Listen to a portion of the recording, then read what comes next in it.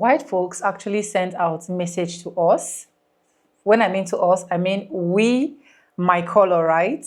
And when I actually saw the message they were passing out, I was like, okay, I think this is actually making sense and I should bring it down to your table. Anyways, I'll let the clips roll out first before I say whatsoever I want to say, because I think the message is very important to us Black folks. Welcome back again to the channel.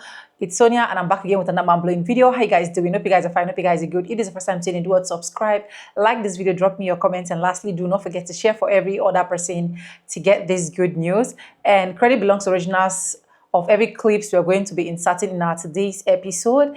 And thank you so much for my returning subscribers. I do not take you guys for granted. Please, we do not support any form of violence here. This is just for educational purpose and nothing more. Now, with that being said, let me allow you guys hear exactly what they have to say, the message they have to pass across to you, and then use your honest opinion and let me know in the comment section what you think about what they actually say. So with that being said, let's go ahead and roll out the clips, right? Be a hot take, but a lot of white people are not happy. I'm Kylie, and I grew up in a very conservative area. I wanted to say that a lot of white people genuinely live some of the most miserable and isolated lives that you could even imagine. I think there are 3 reasons for this. The first is that there is just a general idea of just hyper-individualism and hoarding of resources. A lot of them are extremely stingy, don't tip well, and also don't donate to local charities. They're very isolated, and what few friends they have, their connection is built upon shared bigotry, which is obviously not a strong connection. Number 2, a lot of white people feel a sense of emptiness. They have the job, the car, the career, the kids, the Bible, but they don't feel that sense of fulfillment. I think it's because the subliminal messaging that white people get from birth is that they're so much better than everybody else.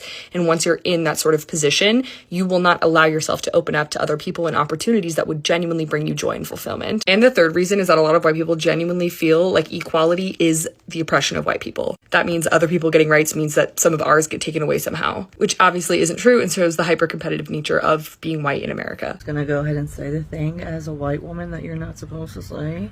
But racism is just jealousy. It's just pure, unadulterated jealousy. Because you know what I think every fucking time I see a black woman? Jesus, she is beautiful. Good God, look at her skin. It is so pretty. Every time I see a black woman, I'm just like, oh, you know? And that's how I know. And it's also because I grew up around white people and I know how they are and how they think, and baby, it's just jealousy. They're not really racist. They're jealous of us. They want to be Hispanic. They want to be Black. They want to be Asian. They have parties and our culture is their theme. They love Taco Tuesday. They love our food. They love to have parties on Cinco de Mayo. We don't even celebrate that. Cinco de Mayo is not Independence Day. They go and get tans. They inject their lips. They go and get BBLs. They're jealous of us because they want to be us. Racism is about jealousy. If you think that's a reductive statement, please stick with me. When I say jealousy, I'm talking about insecurity, which is really what jealousy is, but I think it's easier to understand if I say insecurity rather than just jealousy.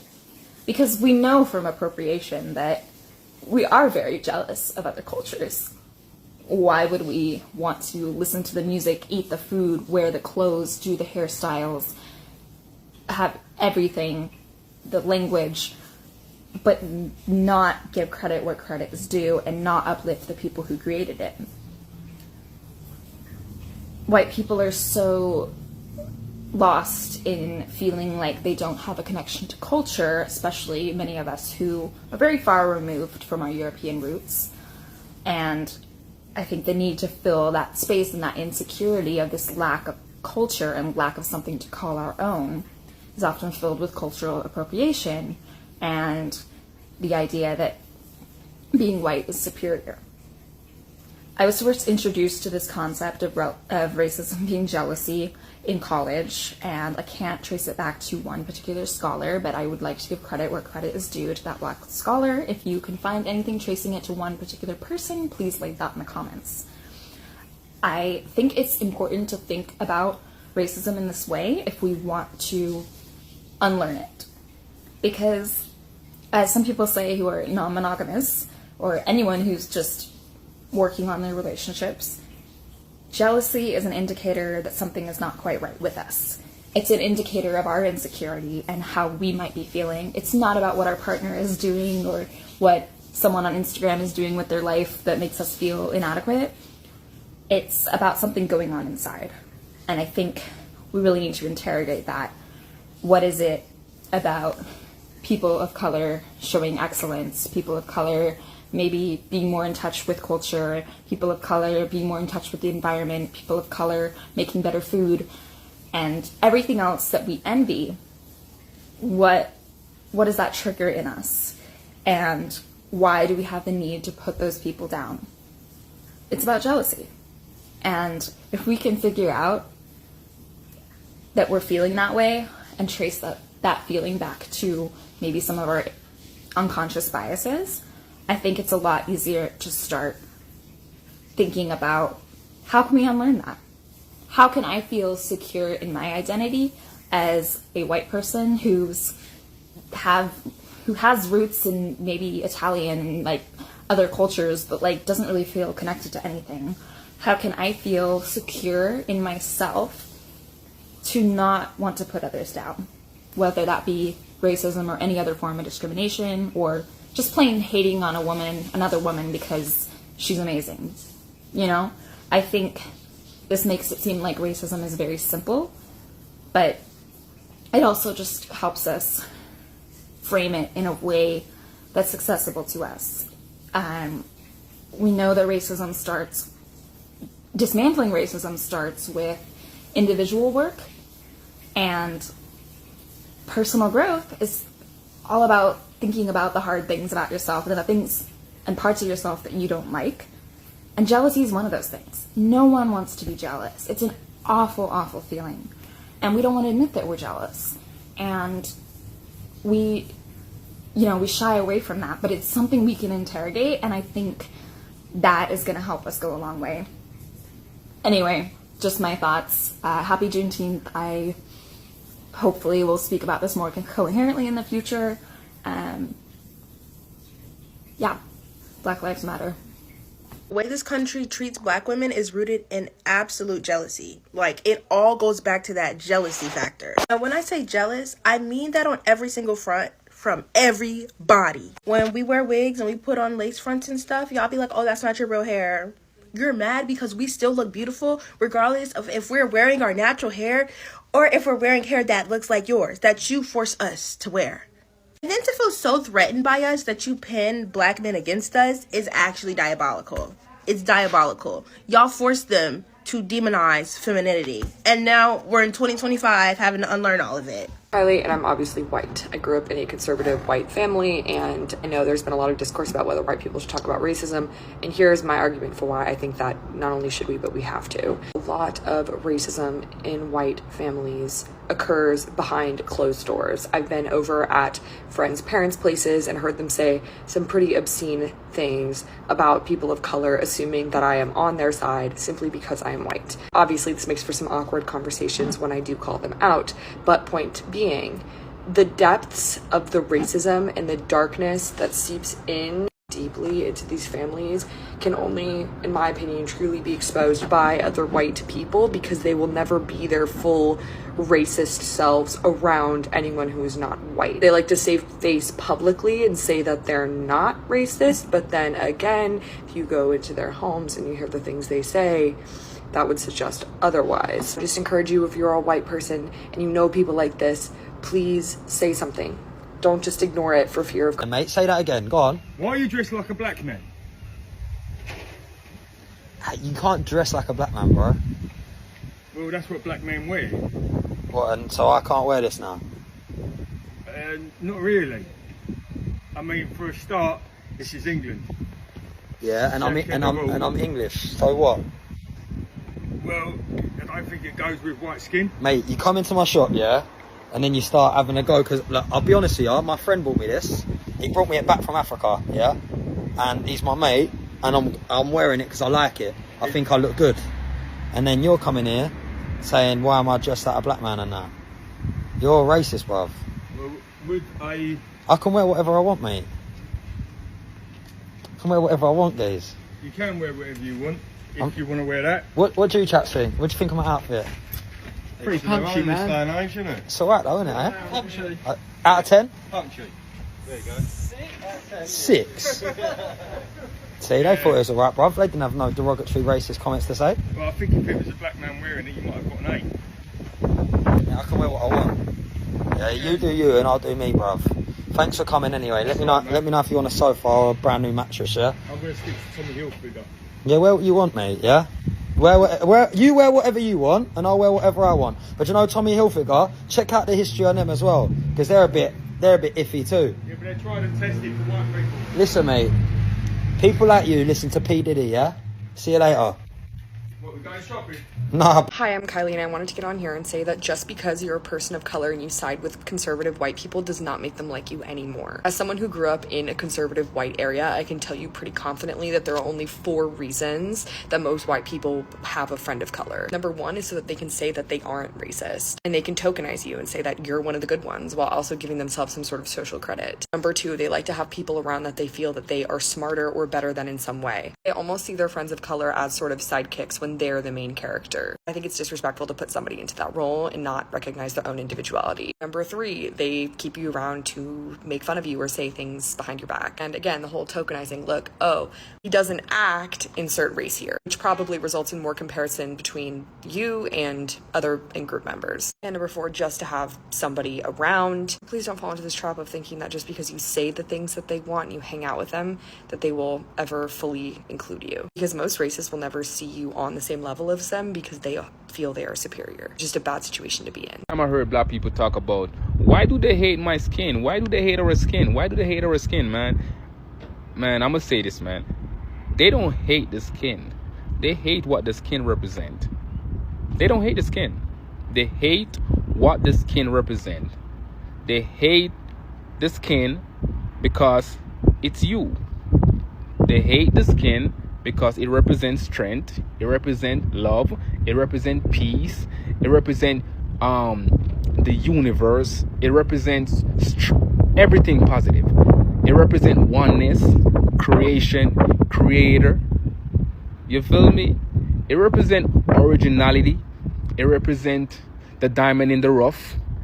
It represents everything positive, man. So that's why they hate the skin, man. That's why they hate you. That's why it's jealousy. I don't think it's hate, it's jealousy.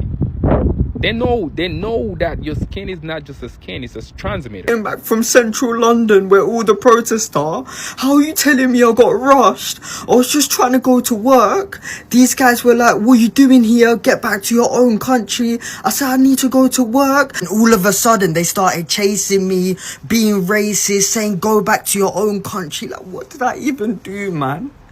Like, what is this? Luckily, I'm safe right now, but I don't even know where I am, man. And because of the tube strikes, I can't even get home. Like, what should I do?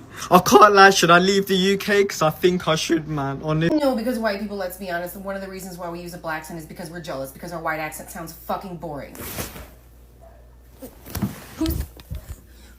I know what racism looks like in the UK. It's not always someone yelling racial slurs in the street. It's quieter, more polite, but more dangerous. I'll give you a few examples of how deep it really goes. The Windrush scandal. Black British citizens legally here 4 decades, detained, denied healthcare and deported by our government, their government. It wasn't a mistake, it was policy. Stop and search. Black people are 9 times more likely to be stopped and searched in England and Wales. It's not about crime, it's about treating them like they're a threat. School exclusion. Global majority children are more likely to be punished harshly, excluded and treated like a problem and not given support for additional needs, becoming a pipeline from school to prison.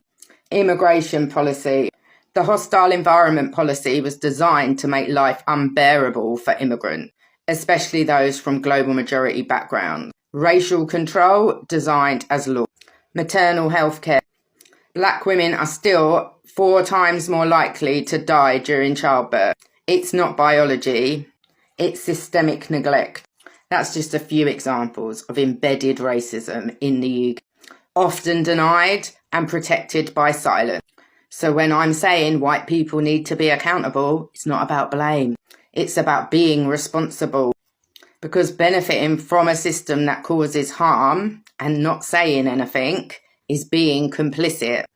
And staying silent just keeps it standing. So if you're ready to learn more and unlearn your social conditioning, hit the link in my bio. I'm the anti-racist mum and I teach white people how. Convince me that racism isn't jealousy. You just cannot convince me. Racism is jealousy. I don't know why it's jealousy. I mean, I understand the jealousy part, but why turn it into racism instead of admiration, you know? But I think that's what jealous people do. You know, the inventors of racism really looked at literally everybody else around them and were like, all of you? All of you. Literally all of you, except us. And I guess they couldn't stand it. And I get that, because they looked around and they were like, so it's everything. It's the face card, it's the body, it's the genetics, it's the culture, it's the food, it's the clothing, it's your homelands, it's everything, it's your women. I'd be jealous too. I'm not gonna lie. I'd be jealous too. I don't know if I'd be heinous like most of those people, but I'd be jealous too, you know? So yeah, racism is jealousy. Highest form of admiration, I guess. Welcome back, guys. After watching all of that clips, what does that actually tell you as a black person, especially as a black person that is feeling as if you are not enough? You're not doing so well. You're not good enough. You're not looking good enough. You are not doing this enough. What does that actually pass down to you? These white folks has literally come out to tell you that this is what it is and this is how it is. Yes, we are jealous. Yes, we are this. Yes, we are that. Yes, we actually want to be like you. We actually want to look like you. We actually want to have your afro hair. We actually want to do this. We actually want to do that. But at the end of the day, it baffles me. It pains me so much when I see some black people still complaining, still feeling like they are left aside, still feeling like they are not worth it, still feeling like they are not being appreciated enough. Now, these are some white folks coming out to air out their opinion, to air out their truth. And trust me, do I love what they are doing? Yes, because it is because I actually love what they are doing. That is why I have to bring it down to you people here. There are some people that actually know the truth, but they will still choose to keep the truth to themselves. But these white folks know the truth and they are coming out to own it up to their chest that whenever you're seeing this thing is happening around their environment, just know that this is the main reason why this is actually happening. Because one, they actually want to be like you and they cannot. They actually try to do BBL and every other thing just because they want to elevate who they are, just because they want to match shoulder, rub shoulder to make sure that they meet up to your standard. But in all, you are still the superior. Because why? You are naturally gifted by the Supreme God. Because why? Your melanin skin is popping like gold. Because why? You are the chosen one, a peculiar nation. Because why? You are the one that they really want to be in your body, but they are trapped in their own skin. So when we see these white women coming out to air out this opinion, we are so grateful for them. And trust me, I would definitely appreciate all of them for this, because some persons still know the truth, but they will still choose to keep it to themselves. So if you're still wondering as a black person, why is this actually happening? Why am I always getting all of this show whenever I appear in the palm-colored people's face? Why am I always looking different? Why are they always staring? Why are they always coming at me? Just know that you have something special that a lot of them actually wish to get. And the moment you realize that, you need to now uphold your shoulder and tell yourself, no, I know who I am. I am beautiful. I am spectacular. I am special. I am this. I am that. I am worth it. And that is why these people are actually staring. And that is why these people are actually coming for me. And that is why these people are actually doing this or doing that. So every woman out there is beautiful. Every man out there is handsome. Be it white, black, pink, peach, no matter the color that you are. I just want you to know that you're more than enough. But specifically as a black American person, you need to quit the habit of telling yourself that you are not enough, because you have heard from the message that these particular people actually have to pass down to you. So yeah, if you've watched this video to this point, I believe you will definitely know who you are, and I believe that your shoulder pad is actually going to be more high than what you think. Anyways, let me know what you think about this particular video in the comment section. Do you think everything they say is actually correct, or you think that there is a mix-up somewhere? I really want to know your own opinion. Credit belongs to original creators of every clips and stitches we insert in our today's video. Like I will keep saying, we do not support any form of violence here. This is also just airing out our opinion. I stand a chance to be corrected. Feel free to correct me if you think that maybe I am talking to the wrong person, right? Anyways, with no further ado, I do like I say in my videos, I'm going to say, man, I'll see you guys in my next one. Stay tuned and don't touch the dial. Come back for next video. I love you guys. Mwah.